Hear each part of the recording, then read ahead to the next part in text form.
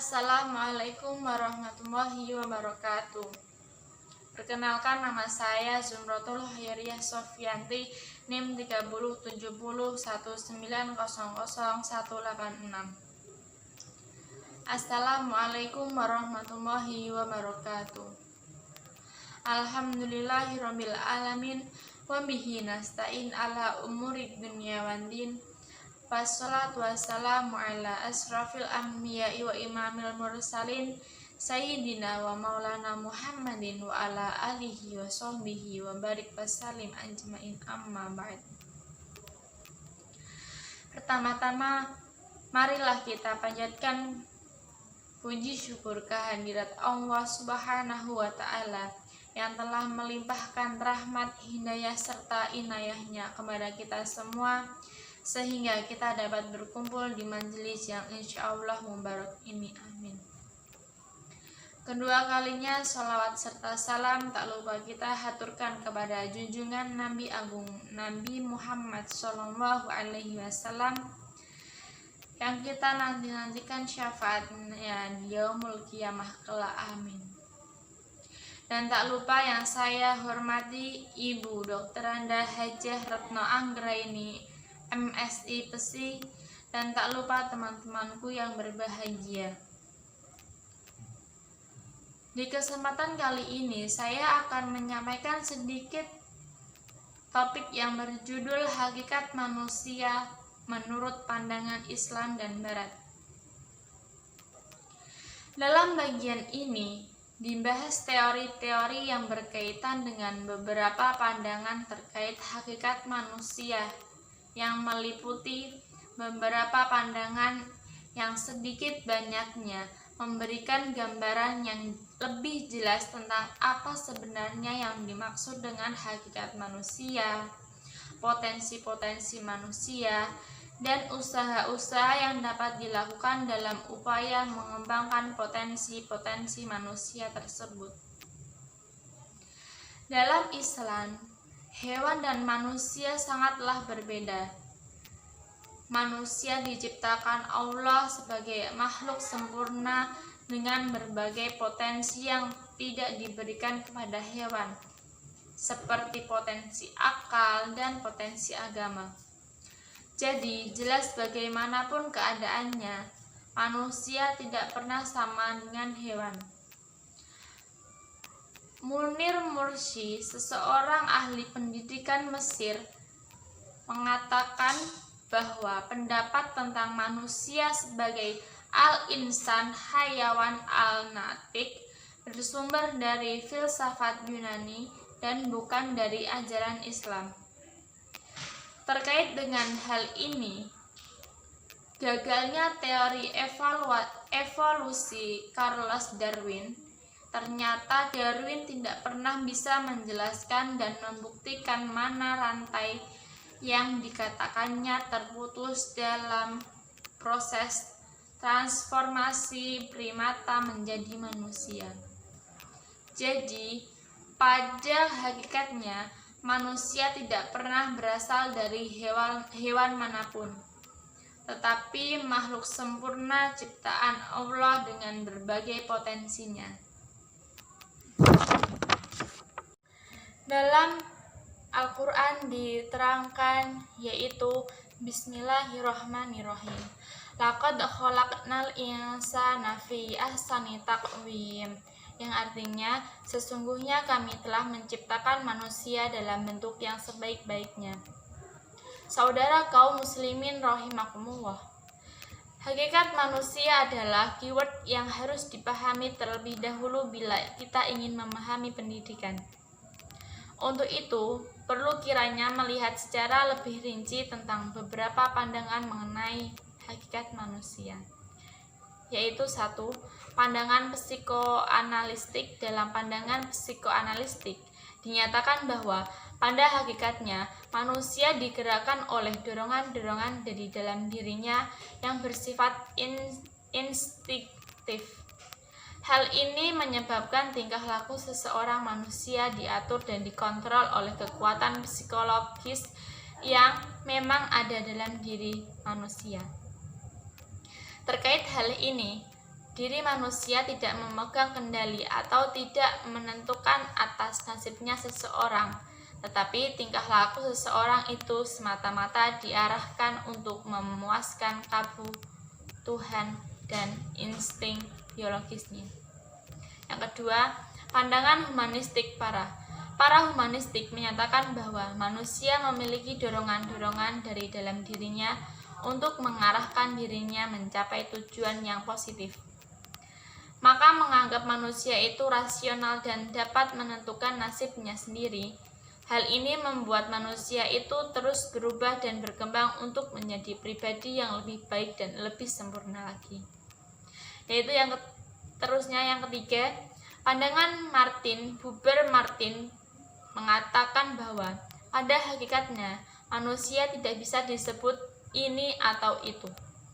Menurutnya, manusia adalah sebuah ekstensi atau keberadaan yang memiliki potensi namun dibatasi oleh kesemestaan alam. Namun, keterbatasan ini hanya bersifat faktual bukan esensi sehingga apa yang akan dilakukannya tidak dapat diprediksi. Dalam pandangan ini, manusia berpotensi untuk menjadi baik atau jahat, tergantung kecenderungan mana yang lebih besar dari diri manusia. Hal ini memungkinkan manusia yang baik kadang-kadang juga melakukan kesalahan. Dari uraian di atas, dapat diambil beberapa kesimpulan, yaitu 1. Manusia pada dasarnya memiliki tenaga dalam yang dapat menggerakkan hidupnya. Yang kedua, dalam diri manusia ada fungsi yang bersifat rasional yang berfungsi bertanggung jawab atas tingkah laku intelektual dan sosial individu. Yang ketiga, manusia pada hakikatnya dalam proses menjadi dan terus berkembang. Yang keempat, manusia mampu mengarahkan dirinya ke tujuan yang positif, mampu mengatur dan mengendalikan dirinya, dan mampu menentukan nasibnya sendiri. Yang kelima, dalam dinamika kehidupan, individu selalu melibatkan dirinya dalam usaha untuk mewujudkan dirinya sendiri, membantu orang lain, dan membuat dunia menjadi lebih baik. Yang keenam adalah manusia merupakan suatu keberadaan yang berpotensi untuk pewujudannya merupakan keterdugaan. Namun potensi itu bersifat terbatas. Yang ketujuh adalah manusia makhluk Tuhan yang kemungkinan menjadi baik atau buruk. Dan yang terakhir, lingkungan adalah penentu tingkah laku manusia dan tingkah laku itu merupakan kemampuan yang dipelajarinya. Saudara kaum muslimin rahimakumullah, manusia menurut pandangan Islam dibagi menjadi beberapa, yaitu 1. Manusia sebagai hamba Allah. Manusia wajib mengabdi dan taat kepada Allah selaku pencipta karena hak Allah untuk disembah dan tidak disekutukan.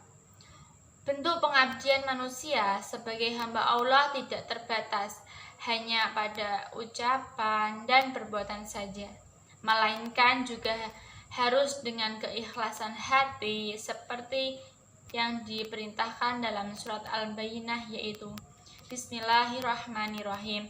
Wa ma umiru illa liya'budullaha mukhlishina lahuddina hunafa aw yuqimuna sholata wa yu'tuz zakata wa dzalika dinul qayyimah.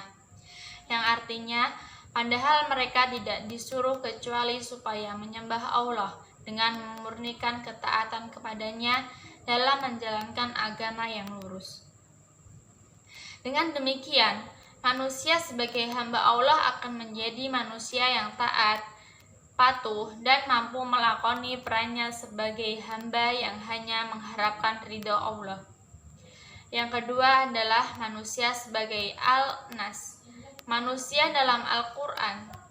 Di dalam Al-Quran juga disebut dengan al-nas. Konsep al-nas ini cenderung mengacu pada status manusia dalam kaitannya dengan lingkungan masyarakat sekitarnya. Berdasarkan fitrahnya, manusia memang makhluk sosial.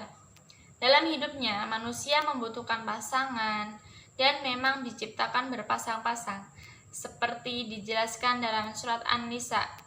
Bismillahirrahmanirrahim. Ya ayyuhan nasu taqu rabbakumul ladzi khalaqakum min nafsi wahidatin wa khalaqa minha zawjaha wa batha minhuma rijalan kabira wa nisaa wattaqullaha alladzi tasaaluna bihi wal arham innallaha kana 'alaikum raqiba, yang artinya, hai sekalian manusia, bertakwalah kepada Tuhanmu yang telah menciptakan kamu dari seorang diri, dan daripadanya Allah menciptakan istrinya, dan daripada keduanya Allah memperkembangbiakkan laki-laki dan perempuan yang banyak. Dan bertakwalah kepada Allah dengan mempergunakan namanya kamu saling meminta satu sama lain, dan perihalalah hubungan silaturahim. Sesungguhnya Allah selalu menjaga dan mengawasi kamu. Dari dalil di atas bisa dijelaskan bahwa manusia adalah makhluk sosial yang dalam hidupnya membutuhkan manusia dan hal lain di luar dirinya untuk mengembangkan potensi yang ada dalam dirinya agar dapat menjadi bagian dari lingkungan sosial dan masyarakatnya. Yang ketiga adalah manusia sebagai Khalifah Allah. Hakikat manusia sebagai Khalifah Allah di bumi dijelaskan dalam surat Al-Baqarah ayat 30. Bismillahirrahmanirrahim. Wa idza qala rabbuka lil malaikati inni ja'ilun fil ardi khalifah qalu ataj'alu fiha may yufsidu fiha wa yasfikud dima'a wa nahnu nusabbihu bihamdika wa nuqaddisu lak qala inni a'lamu ma la ta'lamun, yang artinya, ingatlah ketika Tuhanmu berfirman kepada para malaikat, sesungguhnya aku hendak menjadikan seorang khalifah di muka bumi. Mereka berkata, mengapa engkau hendak menjadikan khalifah di bumi itu orang yang akan membuat kerusakan dan penumpahan darah? Padahal kami senantiasa bertasbih dengan memuji engkau dan mensucikan engkau. Tuhan berfirman, sesungguhnya aku mengetahui apa yang kamu tidak ketahui. Dari ayat di atas dapat dijelaskan bahwa sebutan khalifah itu merupakan anugerah dari Allah kepada manusia. Dan selanjutnya, manusia diberikan beban untuk menjalankan fungsi khalifah tersebut sebagai amanah yang harus dipertanggungjawabkan. Sebagai khalifah di bumi, manusia mempunyai wewenang untuk memanfaatkan alam ini untuk memenuhi kebutuhan hidupnya, sekaligus bertanggung jawab terhadap kelestarian alam ini. Saudara kaum muslimin rahimahumullah. Sekarang yang nomor 4, manusia sebagai Bani Adam. Sebutan manusia sebagai Bani Adam merujuk kepada berbagai keterangan dalam Al-Quran yang menjelaskan bahwa manusia adalah keturunan Adam dan bukan berasal dari hasil evolusi dari makhluk lain seperti yang dikemukakan oleh Charles Darwin. Konsep Bani Adam mengacu pada kehormatan kepada nilai-nilai kemanusiaan. Konsep ini menitik beratkan pembinaan hubungan persaudaraan antar sesama manusia dan menyatakan bahwa semua manusia berasal dari keturunan yang sama. Dengan demikian, manusia dengan latar belakang sosial kultural, agama, hubungan dan bahasa yang berbeda tetaplah bernilai sama dan harus diperlakukan dengan sama. Yang kelima, manusia sebagai al-insan. Manusia disebut al-insan dalam Al-Quran mengacu pada potensi yang diberikan kepada Tuhan Potensi antara lain adalah kemampuan berbicara, kemampuan menguasai ilmu pengetahuan melalui proses tertentu, dan lain sebagainya. Namun, selain memiliki potensi positif ini, manusia sebagai al-insan juga mempunyai kecenderungan berperilaku negatif atau buruk. Misal dijelaskan dalam surat Hud. Bismillahirrahmanirrahim. Ya bani Adam qad anzalna alaikum libasa yuri sawatikum warisha wa libasut taqwa dzalika khair dzalika min ayatillahi la'allahum yadhakkarun. Ya bani Adam la yaftiyannakum musyaitanu kama akhraja abawaikum minal jannati yanzi'u anhuma libasahuma liyuriyahuma sawatihima innahu yarawkum huwa wa qabiluhu min haitsu la tarawnahum inna ja'alna syayatini awliya alilladina la yu'minun, yang artinya, hai anak Adam, sesungguhnya kami telah menurunkan kepadamu pakaian untuk menutup auratmu dan pakaian indah untuk perhiasan. Dan pakaian takwa itulah yang paling baik. Yang demikian itu adalah sebagaimana dari tanda-tanda kekuasaan Allah. Semoga mereka selalu ingat. Hai anak Adam, janganlah kamu ditipu oleh syaitan, sebagaimana ia telah mengeluarkan kedua ibumu dan bapakmu dari surga. Surat Al-A'raf ayat 26-27. Bismillahirrahmanirrahim. Wala in andaqnal insana minna rahmah rahmatan thumma naza'naha minhu innahu laya'usun kafur, yang artinya, dan jika kami rasakan kepada manusia suatu rahmat, kemudian rahmat itu kami cabut daripadanya, pastilah ia menjadi putus asa lagi dan tidak terima kasih. Saudara kaum muslimin rahimakumullah, wujud hakikat manusia, ada beberapa wujud hakikat manusia yang dijelaskan di bawah ini akan memberikan gambaran yang jelas bahwa manusia berbeda dengan hewan. Wujud sifat hakikat manusia ini merupakan karakteristik yang hanya dimiliki oleh manusia saja. Faham eksistensialisme mengemukakan bahwa karakteristik manusia tersebut seharusnya menjadi bahan pertimbangan dalam menetapkan dan membenahi arah dan tujuan pendidikan. Umar Tirta Raharja dan Sasulo mengatakan di antara wujud sifat hakikat manusia adalah sebagai berikut. 1. Kemampuan menyadari diri. Melalui kemampuan ini, manusia betul-betul mampu menyadari bahwa dirinya memiliki ciri yang khas atau kategori diri. Kemampuan ini membuat manusia bisa beradaptasi dengan lingkungannya, baik itu lingkungan berupa individu lainnya selain dirinya, maupun lingkungan non-pribadi atau benda.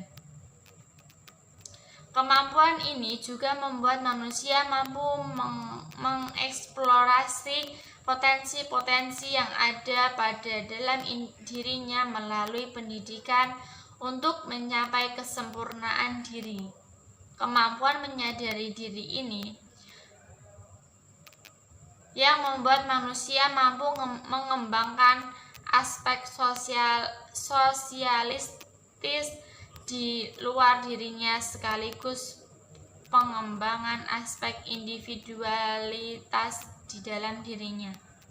Yang kedua adalah kemampuan bereksistensi. Melalui kemampuan ini, manusia menyadari bahwa dirinya memang ada dan eksis dengan sebenarnya.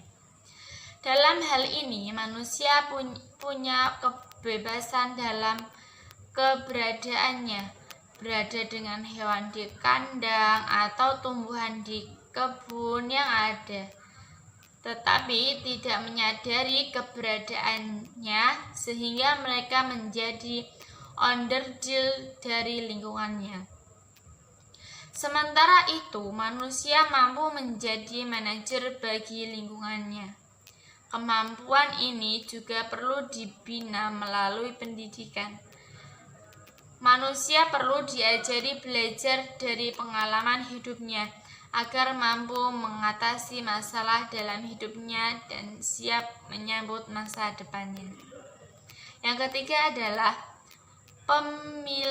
pemilihan kata hati. Yang dimaksud dengan kata hati di sini adalah hati nurani. Kata hati akan melahirkan kemampuan untuk membedakan kebaikan dan keburukan. Orang yang memiliki hati nurani yang tajam akan memiliki kecerdasan akal budi sehingga mampu membuat keputusan yang benar atau yang salah. Kecerdasan hati nurani ini pun bisa dilatih melalui pendidikan, sehingga hati yang tumpul menjadi tajam. Hal ini penting karena kata hati merupakan petunjuk bagi moral dan perbuatan. Yang keempat adalah moral dan aturan moral. Hal ini sering disebut juga dengan etika, yang merupakan perbuatan yang wujud dari kata hati. Namun, mewujudkan kata hati dengan perbuatan membutuhkan kemauan. Artinya, tidak selalu orang yang punya kata hati yang baik atau kecerdasan akal juga memiliki moral atau keberanian yang kuat. Maka seorang akan bisa disebut memiliki moral yang baik atau tinggi apabila ia mampu mewujudkannya dalam bentuk perbuatan yang sesuai dengan nilai-nilai moral tersebut. Yang kelima, kemampuan bertanggung jawab. Karakteristik manusia yang lainnya adalah memiliki rasa tanggung jawab, baik itu tanggung jawab kepada Tuhan, masyarakat, ataupun pada diri sendiri. Tanggung jawab kepada diri sendiri terkait dengan pelaksanaan kata hati. Tanggung jawab kepada masyarakat terkait dengan norma-norma sosial.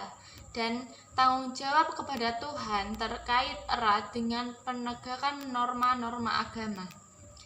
Dengan kata lain, kata hati merupakan tuntunan moral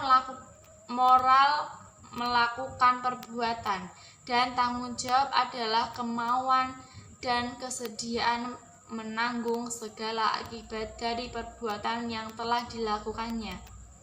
Saudara kaum muslimin rahimakumullah, kembali lagi membahas yang tadi, dan ini lanjutan yang nomor 6, rasa kebebasan atau kemerdekaan. Yang dimaksud di sini adalah rasa bebas yang harus sesuai dengan kodrat manusia, yang artinya ada aturan-aturan yang tetap mengikuti, sehingga kebebasan ini tidak mengusik rasa kebebasan manusia lainnya. Manusia bebas berbuat selama perbuatan itu tetap sesuai dengan kata hati yang baik maupun moral atau etika.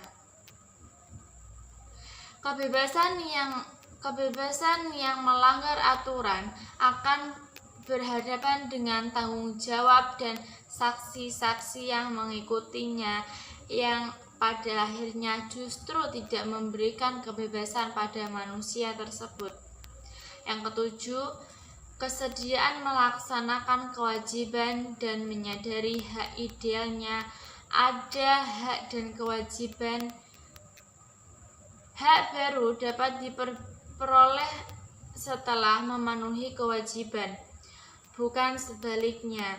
Pada kenyataannya, hak dianggap sebagai sebuah kesenangan, sementara kewajiban dianggap sebagai beban. Padahal manusia baru bisa mempunyai rasa kebebasan apabila ia telah melaksanakan kewajibannya dengan baik dan mendapatkan haknya secara adil. Kesediaan melaksanakan kewajiban dan menyadari hak ini baru dilihat melalui proses pendidikan disiplin.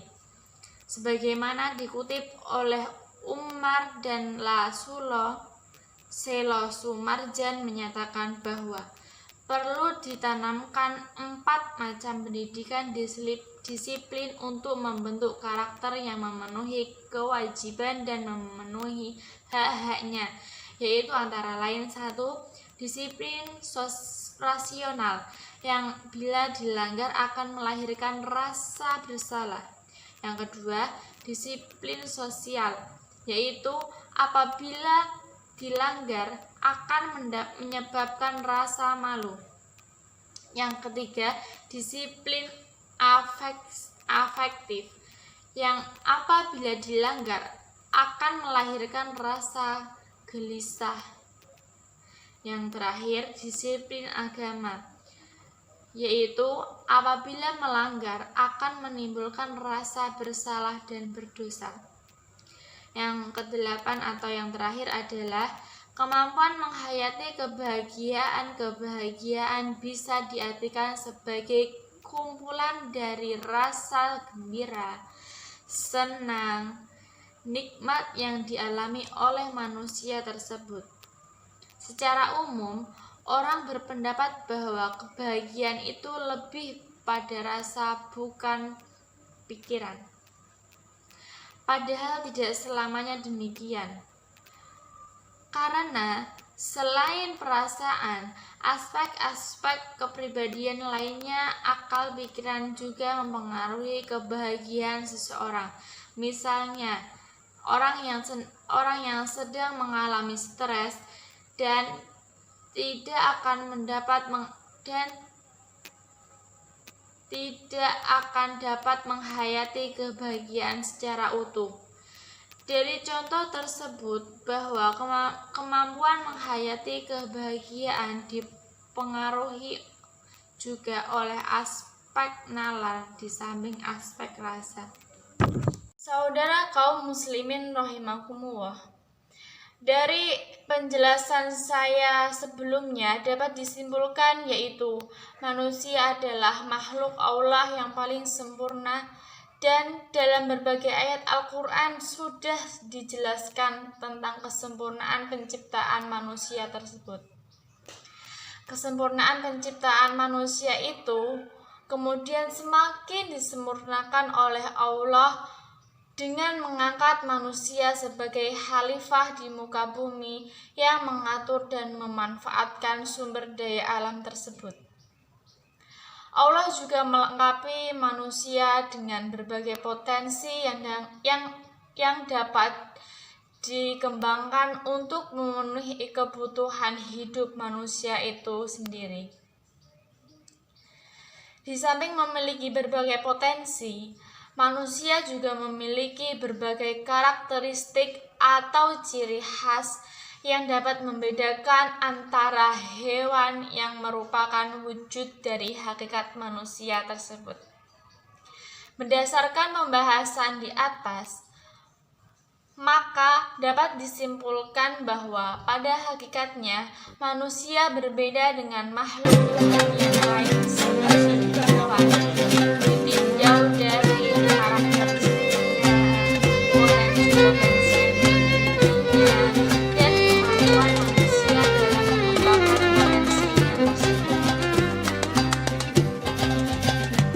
saudara kaum muslimin, demikian ceramah agama yang dapat saya sampaikan pada